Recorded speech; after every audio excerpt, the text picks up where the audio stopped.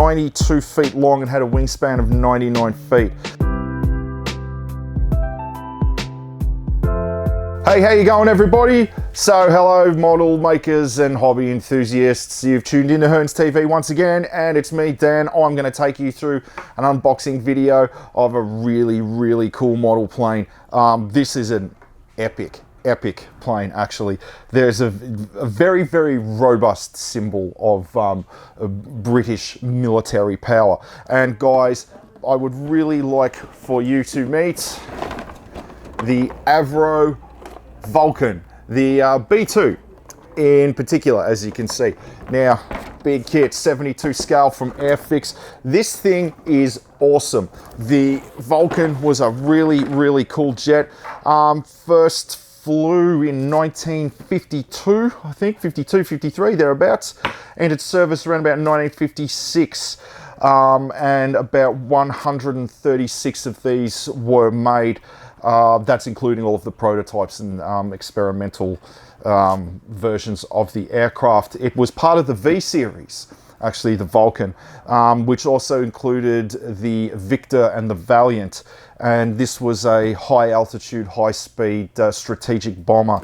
Was also used for the delivery of airborne nuclear weapons, actually a nuclear deterrence. It was part of the British nuclear triad. So yeah, excellent. Let's have a look on the inside and I'll tell you a little bit more about it as we go along. So like I was saying, AIRFIX 72 scale. There's two different camouflage patterns and decal sets with this kit. And let's open it up and have a look.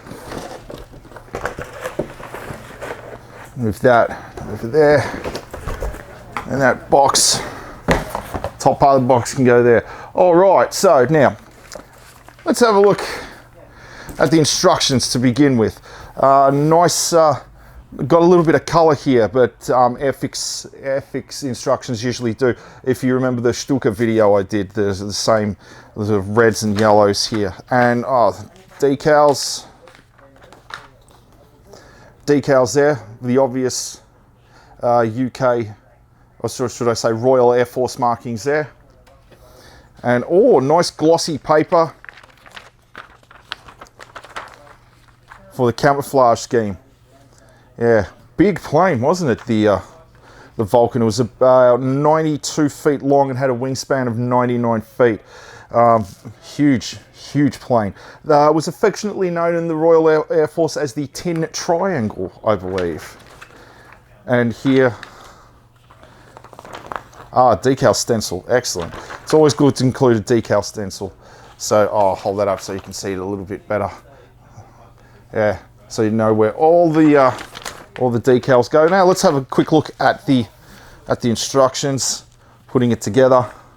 Starting off with the cockpit and the seats. Yeah, I like the little bits of color here help, really do help the construction process. And like I said, there was two different kits that you can see here. Or two different versions to the kit, should I say. And it says here where you can remove certain parts and have different noses and different for the two different variants. And here you have to put 40 grams. So I'll hold that up. As you can see, 40 grams of weight into the nose, because it's obviously a little bit back heavy. And then we have like bulkheads and the wings. Excellent. All right, so let's move along. Let's have a look at the pieces. All right, we'll start with the wings. As you can see, this is a big model, very big model. Look at that. Look at that. I'll hold it up. Excellent details. I don't know if, once again, I don't know if the camera can do it justice, but it's got indented panel lines and some raised areas there. Oh, beautiful. You can see how sleek and streamlined the Vulcan was. Fairly decent bomb load too. The B.2 version entered service in 1960 actually, and it had better engines, more advanced sensors, avionics, and yeah, it was constantly upgraded over its lifespan. The last one was retired in 1984, but yeah, it had a range of 4,200 kilometers and could do a maximum speed of 642 kilometers an hour. And here we have the underside of the wings there, and more raised areas and indented panel lines. And here's where your landing gear would come out, and the bomb bay would be around there. And here's where the engines are, air intakes, and then your engines. This is now 4 engines on the Vulcan. Now let's have a look. What else have we got here? More bits and pieces. So, we here, hold that up. These are the turbine blades for the jets, which would go obviously inside the wings. And here we have some of the bulkheads that would go on the inside of the fuselage to hold it together. And here we've got more.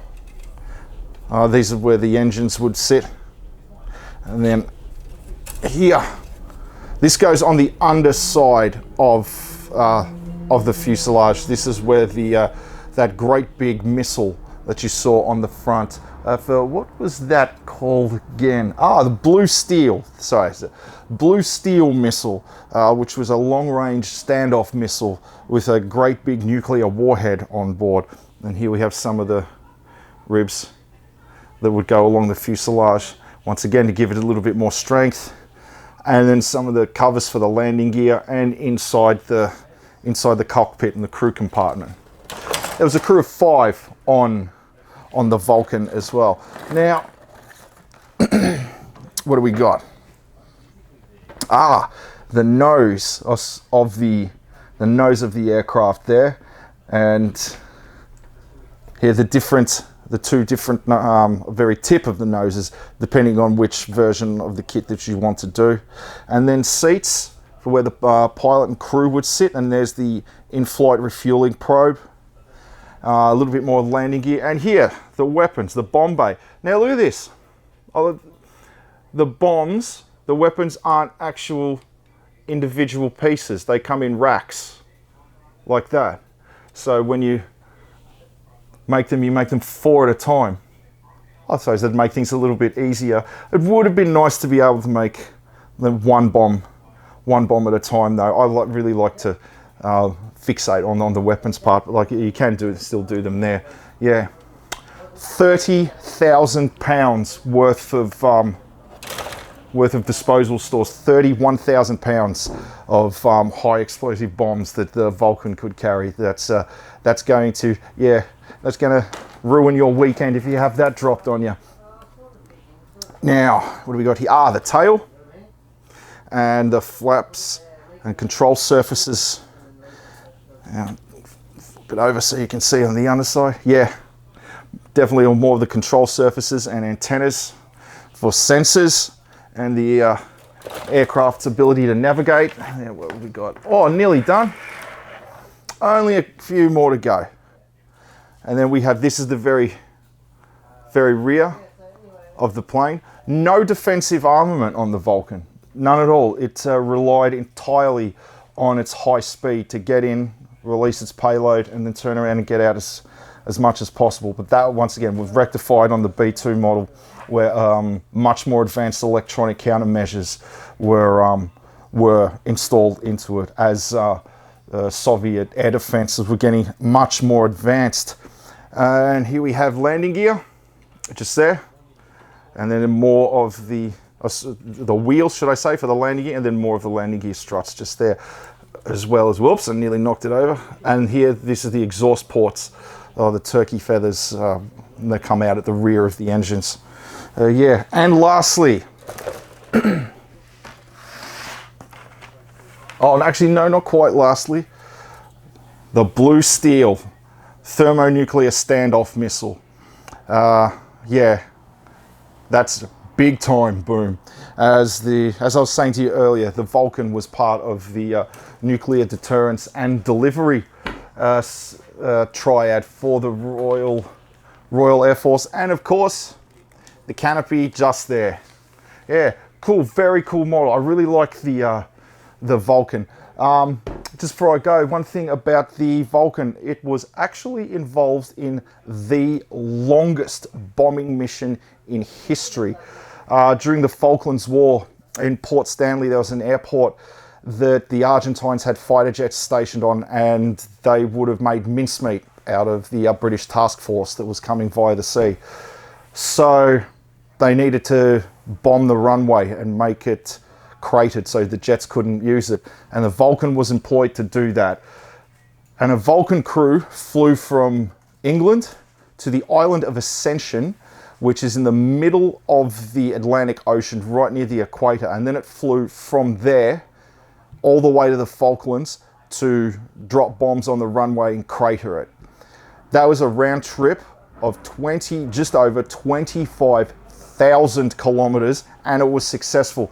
But in doing so, the Royal Air Force had to have refueling aircraft there. It took 13 in-flight refueling tankers to pull off that mission, which 13 tankers, I think, was just over 50% of the entire refueling fleet for the Royal Air Force. The mission was called Black Buck, actually, very successful. And after they bombed the runway, the Argentines withdrew their fighters from the Falklands back to the mainland and didn't pose as anywhere near as much a threat. So yes, very difficult, very long mission. Brave guys pulled it off. Well done. So I hope you enjoyed that video. Hope you liked the kit and you learned a little bit about the Vulcan, what a cool plane it was.